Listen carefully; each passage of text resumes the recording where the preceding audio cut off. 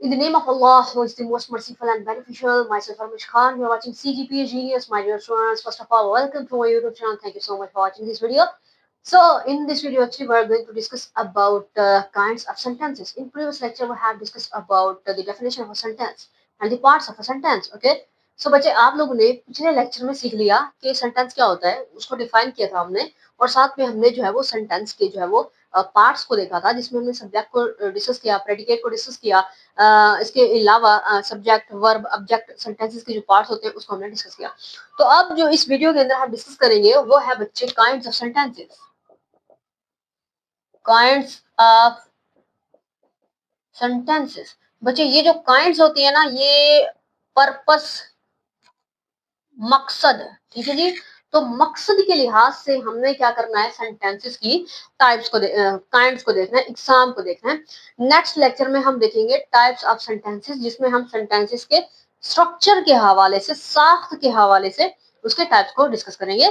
फिलहाल आपने ये देखना है कि जो टेंसेस होते हैं उनका पर्पस के लिहाज से कितने काइंड्स हैं। पर्पस के लिहाज से क्या मतलब हो गया, मतलब ये है कि जो जुमला हम लिख रहे हैं, जो जुमला हम बोल रहे हैं, वो किस मकसद के लिए बोल रहे हैं, उसकी कितनी कितनी काइंड्स हो सकती है, कितनी काइंड्स हो सकती हैं। तो बच्चे मैं आपको 7 काइंड्स बताऊंगी। कितनी? 7 काइंड, जिसमें सबसे पहले मैं डेक्लरेटिव या बच्चे इसको कहते हैं असर्टिव सेंटेंसेस। अच्छा जी, तो बच्चे इसको क्या कहते हैं, डिक्लेरेटिव असर्टिव सेंटेंसेस। मतलब कभी कभी हम यूं कहते हैं कि जो असर्टिव सेंटेंसेस होते हैं, ठीक है बच्चे, उसके अंदर हम मस्बत और मनफी दोनों को लेके आते हैं, लेकिन मोस्टली हम डिक्लेरेटिव या असर्टिव सेंटेंसेस को मस्बत और बयानिया जुमले कहते हैं।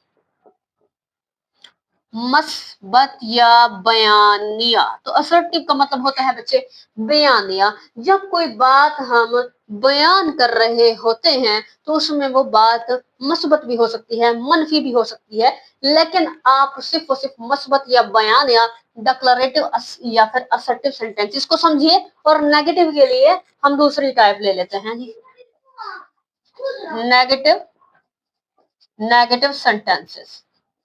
ठीक है जी, नेगेटिव सेंटेंसेस। तीसरी कौन सी है बच्चे, इंटेरोगेटिव इंटेरोगेटिव सेंटेंसेस।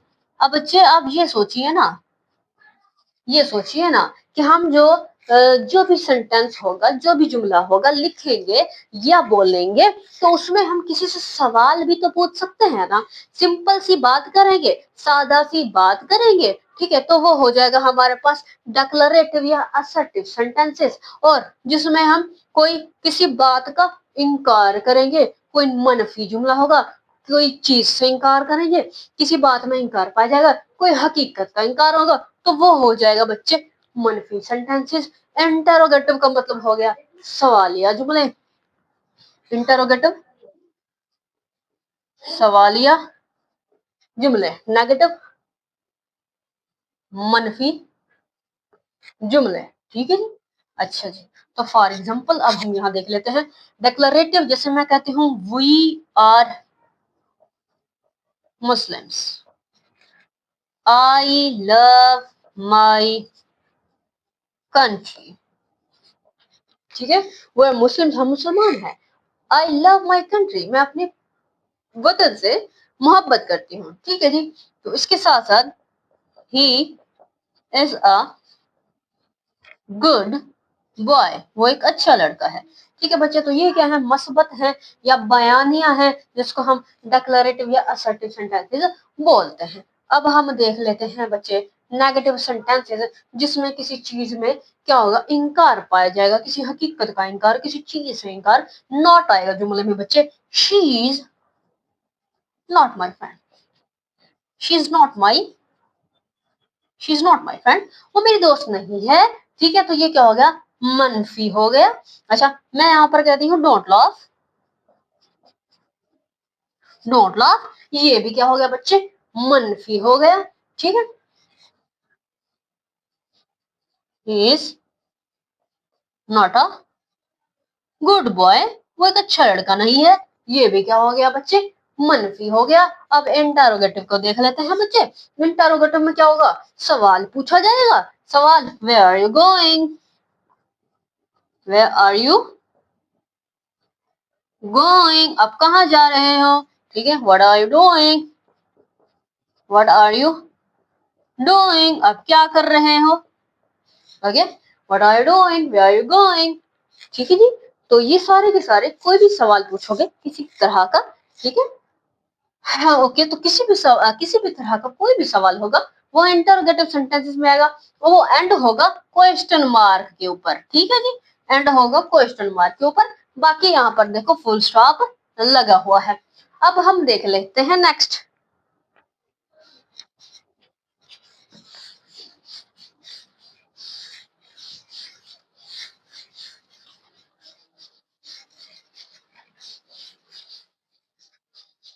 आपने डिक्लेरेटिव देख लिया, आपने नेगेटिव देख लिया, आपने इंटरोगेटिव देख लिया। अब बच्चे मैं यहाँ पर लिखती हूँ ऑप्टेटिव, ऑप्टेटिव पांचवा लिख देती हूँ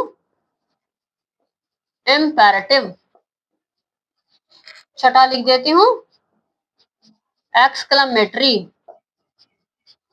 और सातवां एम्फेटिक। अब बच्चे ये जो अपटेटिव सेंटेंसेस हैं इसे कहते हैं दुआया जुमले। क्या बोलते हैं बच्चे, दुआया जुमले, अपटेटिव सेंटेंसेस दुआया जुमले, इंपेरेटिव हुक्मिया, हुक्मिया जुमले, एक्सक्लेमेटरी इस्तजाबिया, इस्तजाबिया जुमले, और इम्फेटिक तकीदी जुमले, ठीक है बच्चे। अब यहाँ पर तकीद होगी, तकीद की जाएगी या किसी बात पर जोर दिया जाएगा, ठीक है, किसी बात पर जोर दिया जाएगा या किसी को ताकीद की जाएगी, वो होंगे एम्फेटिक सेंटेंसेस। एक्सक्लेमेटरी इस्तजाबिया ताज्जुब होगा, ताज्जुब या हैरत या खुशी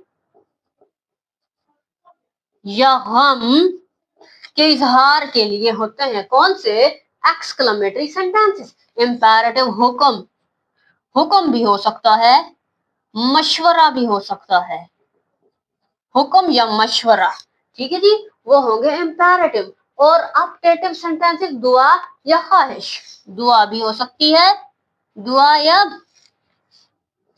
ख्वाहिश, ख्वाहिश भी हो सकती है। अब एग्जाम्पल से देख लेते हैं बच्चे, इनको एग्जाम्पल से देख लेते हैं। अब मैं कहती हूँ सबसे पहले ऑप्टेटिव सेंटेंसेस दुआया जुमले, मैं कहती हूँ गॉड ब्लेस यू,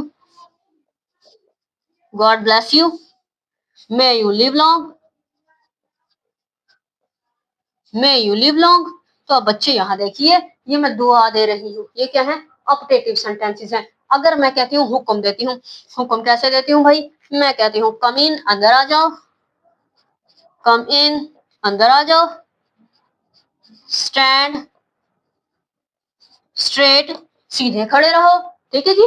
तो ये क्या है, मैं एक्चुअली हुक्म दे रही हूँ, तो ये होगा एक्चुअली हमारे पास इंपेरेटिव सेंटेंसेस। अच्छा नेक्स्ट पे एक्सक्लेमेटरी, एक्सक्लेमेटरी कौन से हैं, एम्फेटिक कौन से हैं, एम्फेटिक मतलब जिसपे हम जोर देंगे किसी बात पर, आई विल,